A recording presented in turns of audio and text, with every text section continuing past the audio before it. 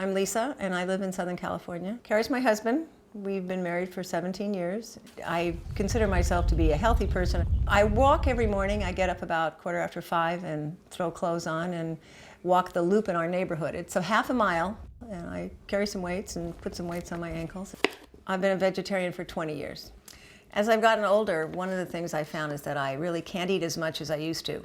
It's harder to keep your weight under control. It's harder for me to be sure to make good choices so that I can keep my energy up. As a vegetarian, can you give me some more options that I can use to maintain a well-balanced meal and maintain the energy that I've always had?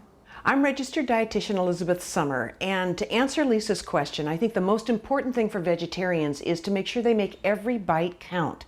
You can eat well on a vegetarian diet, but you do have some nutrients and some foods you really need to focus on. For instance, whole grains are so important for providing some of those nutrients that will boost your energy and keep you going throughout the day, such as zinc, the B vitamins, the phytonutrients. Another important thing for vegetarians to do is really focus on color, especially when it comes to fruits and vegetables.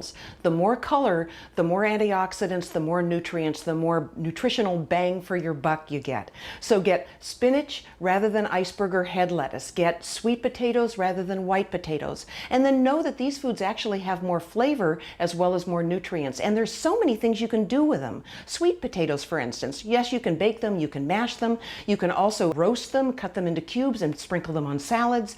You can layer them into casseroles.